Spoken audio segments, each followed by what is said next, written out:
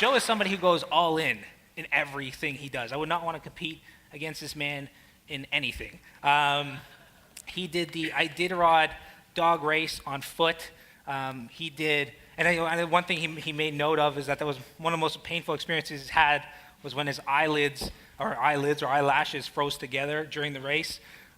He did a 135-mile Badwater race, 140.6-mile Ironman, and a 100-mile trail run all in 1 week. And he also has a story about there was a wedding in that week as well that he squeezed in.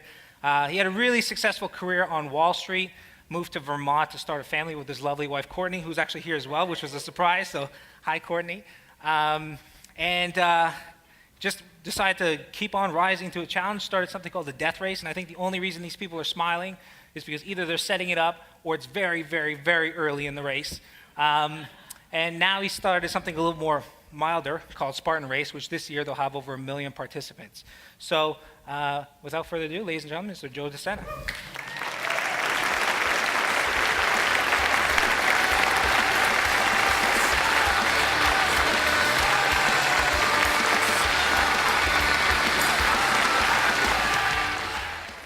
I was really nervous to do this.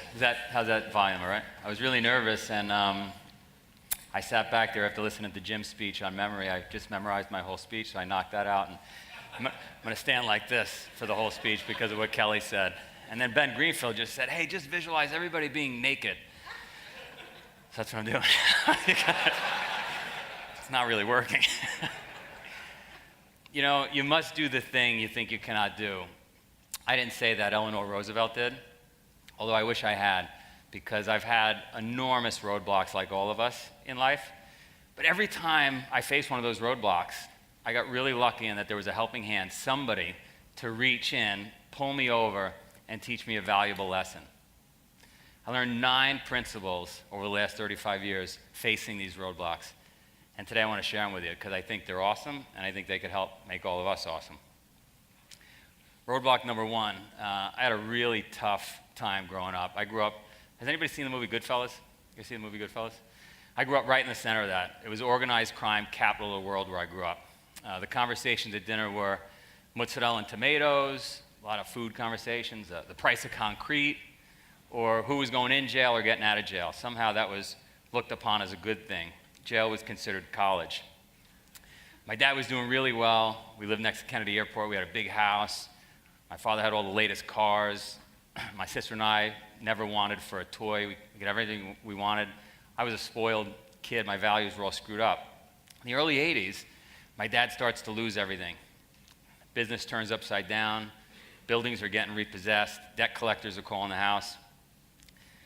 My family started fighting. My mother and father were fighting over money to the point where my mother ended up in the hospital 3 or 4 times. My world was really upside down. And I sought a mentor. And I found that in my neighbor. And I smile when I say this, and I'll tell you why. My neighbor was the head of the Bonanno organized crime family. And I'm 11 years old, and this guy takes me in, helped me through this roadblock under his wing. And he says, hey, we're going to start a business. You're going to help me clean my pool, and then I'm going to give you the head of the Lucchese family. And one by one, I start to get all these customers. As a young kid, I'm cleaning pools. The first thing he taught me was commitment. If you're going to commit, you got to say what you're going to do and do what you say. If I said I was going to be at, his name was Joe the Ear. If I was going to be at his house 7:15 a.m. on a Saturday, I better fucking be there 7:15, or I could end up under the pool, Second thing he taught me was go above and beyond. Even though I was paid to clean the pool, he said, clean the shed, straighten out the furniture, go above and beyond. The third thing, which was invaluable to this day, was never complain. Be thankful and be respectful. There were 25 people online that could do work for this guy, and I was getting the work, and I should be thankful for getting the work. So those are 3 valuable principles I'll never forget and really changed my life. My mom was going through some really tough times, and she sought to become a vegan. She started to get into spirituality. She was teaching yoga in the living room. And in Queens, in that environment, with all these organized crime people around and sausage and peppers, it really didn't make any sense. So they ended up getting divorced. My mother was looking for a new age community to move my sister and I that would be more accepting of the things that are really commonplace today, and especially in this room. And so she brings us to Ithaca, and before you know it, I've got pictures of Sai Baba on the wall, even in the bathroom, this guru from India with big hair, and monks living in my living room. My mother's teaching yoga, which again seems normal today, but back then, bringing teenage friends over the house and seeing this, I had to explain why we were getting served branch sandwiches rather than, a normal lunch. So, but my mother taught me this invaluable principle, which was choose your path and stick to it. Doesn't matter what anybody says. And that principle came at the perfect time, because I was about to graduate Ithaca High School. My grades weren't great. Didn't matter because I had this great business with all these organized crime customers back in Queens that I was going to go run. No need to go to college. Bonus, I wasn't going to jail. And my friend John R. Bell approaches me right before graduating high school, and he says, Joe, why don't we go to Cornell? I said, how the hell are we going to get into Cornell? And he says, oh, my dad's a professor. He'll get us in. And so I figured, well, that's the way it worked in the neighborhood. He had a connection. He was going to get us into Cornell. So we both went on our interviews, and we thought we crushed them. And clearly I'm not the smartest guy in the room, because we both got denied. Neither of us got accepted. And so I was definitely going to pack it in and go back to Queens. And his dad sat us down and said, look, I can get you in to go extramurally, which means your classes won't count. You can take 3 classes in the fall. If you do well, they'll probably accept you in the winter for the next semester. So I say to John, all right, here's what we'll do. Come to Queens with me. We'll run my pool business together. By then, I was doing really well. And we'll go to St. John's. We'll take 2 classes at St. John's. We'll learn how to study. We'll get tuned up. And then when we go back to Cornell that fall, we'll crush it. And then we'll definitely get accepted. He said, it's a great plan, but I'm going to Vegas. I said, what do you mean going to Vegas? He said, well, I want to party all summer. If we're going to have to buckle down in the fall, why would I want to work so hard during the summer? And this is where I learned an invaluable principle. While I'm at St. John's that summer alone, because he's in Vegas, we learn about Walter Mischel's marshmallow study. You guys know what that is? No? Back in 1972, Stanford researcher Walter Mischel comes up with this concept of taking kids, putting them in cubicles, and offering them a marshmallow cookie or pretzel. They can eat it now, or if they wait, they get 2. Well, as you can imagine, most kids eat the marshmallow cookie or the pretzel. They follow the kids for 30 years. And what they find is the kids that could wait and delay gratification, not go to Vegas, they had better lives, better marriages, better SAT scores, better cars. It was 100% correlated to more happiness and more success in life. So it was an invaluable principle I happened to learn at St. John's that summer. Cornell says no. We go back, we apply again. They say no. John says, I'm packing it and I'm going to Vegas for good. I'm thinking maybe I'll go back to Queens and just run my business. Maybe this isn't for me. I apply again. So now I'm three semesters in. They say no. I'm going to do it again. I'm on my 4th semester, and Cornell's starting to break me, and I'm thinking, college maybe isn't for me. And my mother turns to me and says, look, before you go to Queens and give up school, I teach yoga to this woman, Anita, Professor Anita Racine. She's willing to meet with you. So I'm 4 semesters in. I still haven't been accepted. None of my credits count to this point. She sits down with me and she says, Joe, this is fantastic. I can't believe you've been here 4 semesters. You've been trying so hard. She says, I run a department studying textiles, and I've got 92 women in this department and no men. Do you like textiles? I love textiles. Love textiles. Who doesn't? So to this day, it's been an invaluable education, because my wife and I will see like an old movie and I'll say, oh, I know what year that is based on hemlines. I know everything about dresses and hats. Anyway, I go through my education. I make it to the point where I'm going to graduate, and my last semester they're offering a class on entrepreneurship. I'm sorry. The principle I learned there, I finally get accepted. The principle I learned there is perseverance and persistence. I could have quit like John did. I could have quit before my mother made the connection, but I didn't. I stuck it out. I got accepted. So now I'm in my last semester, and I'm about to graduate, and I find out about this class called entrepreneurship. And I go into the class because I think I'm an entrepreneur. I'm going to graduate, and I'm going to run my business. Now I'm making about $250,000 a year running this pool business, which is also involved in construction. I've got every organized crime boss as my customer. We've got about 750 customers from Manhattan to Montauk. I'm graduating, I'm going to go run this business. While I'm in the entrepreneurship class, I meet Al Capucci, the only other Italian in Ithaca. And he's about 60 years old, very successful, and he takes a liking to me. He takes me under his wing. And he says, what are you doing when you graduate? And I said, well, when I graduate, I'm going to go run my business. It's doing very well. And he said, well, you should go to Wall Street. I said, I don't really want to go to Wall Street. The 87 crash, people don't really make money on Wall Street.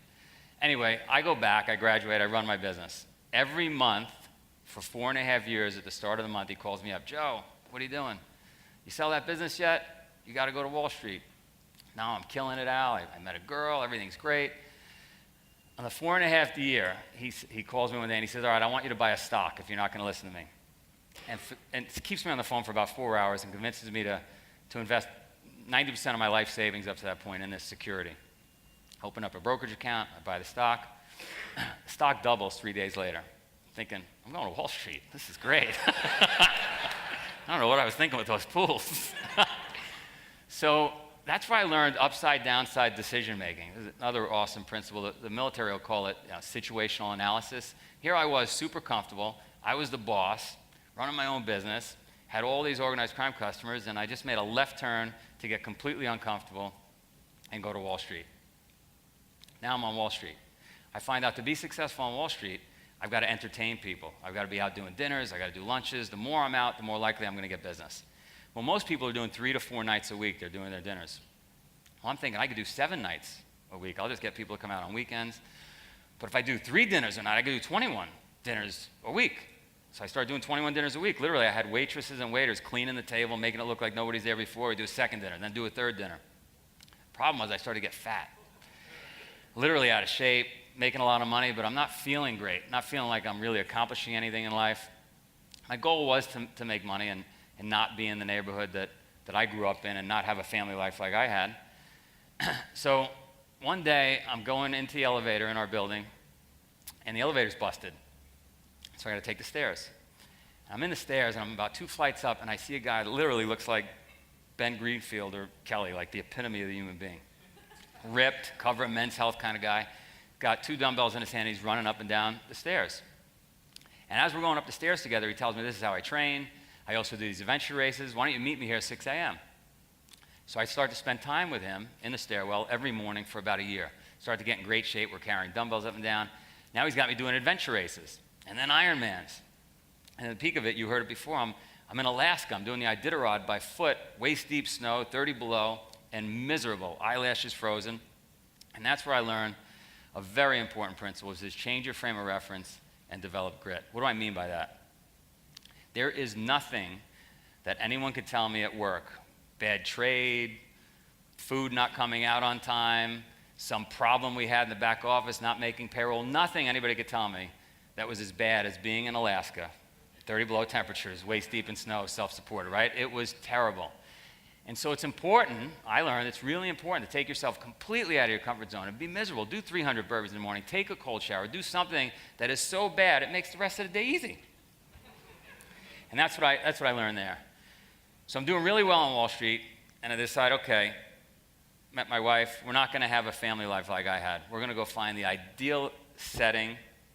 We're going to get chickens, goats. We're going to watch sunflowers grow while we hold hands. We move to Vermont, we buy this farm. I'm there about 3 days, and I'm pacing back and forth, and I'm thinking, I got to do something. I can't. It's not for me. I mean, the sunflowers and the wife was great, but I need action. So we bought a local general store, and we renovated it. And then we bought a gas station, and we started a wedding business, and we bought the post office. It was so cheap relative to New York. It was stuff for sale. Bought a mountain. And so we got this town in Vermont, and it wasn't doing it. Everything was losing money, and I just wasn't becoming fulfilled. I mean, we have 4 children now. That was awesome. And in 2010, I've been thinking a lot about my mom and all the people she changed with the yoga and the meditation, even when the whole world was against her. And we started Spartan Race in 2010. And we started to change lives. We'll reach 1 million people this year. We'll be in 130 locations, 20 countries. It's been a massive movement. We get emails every day about how people are no longer going to get divorced, how they lost 50 pounds. I had a guy show up on our farm.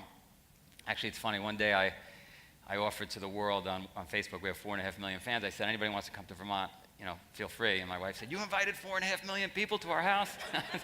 It'll be fine. One guy showed up, 696 pounds. He lived with us for 18 months. We got him down to 270 pounds. So we're doing it was easy. We tied him to a tree and left him there for 18 months. But basically. But we do amazing things. And what I learned here was you got to be passionate. You got to be passionate about what you do.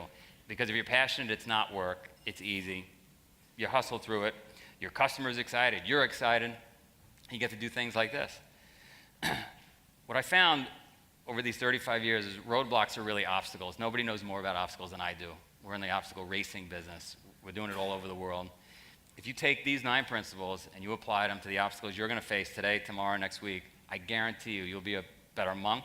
You'll be a better organized crime leader, if that's what your plan is. You'll be a better business person, better mom, or you'll get into college. Thank you.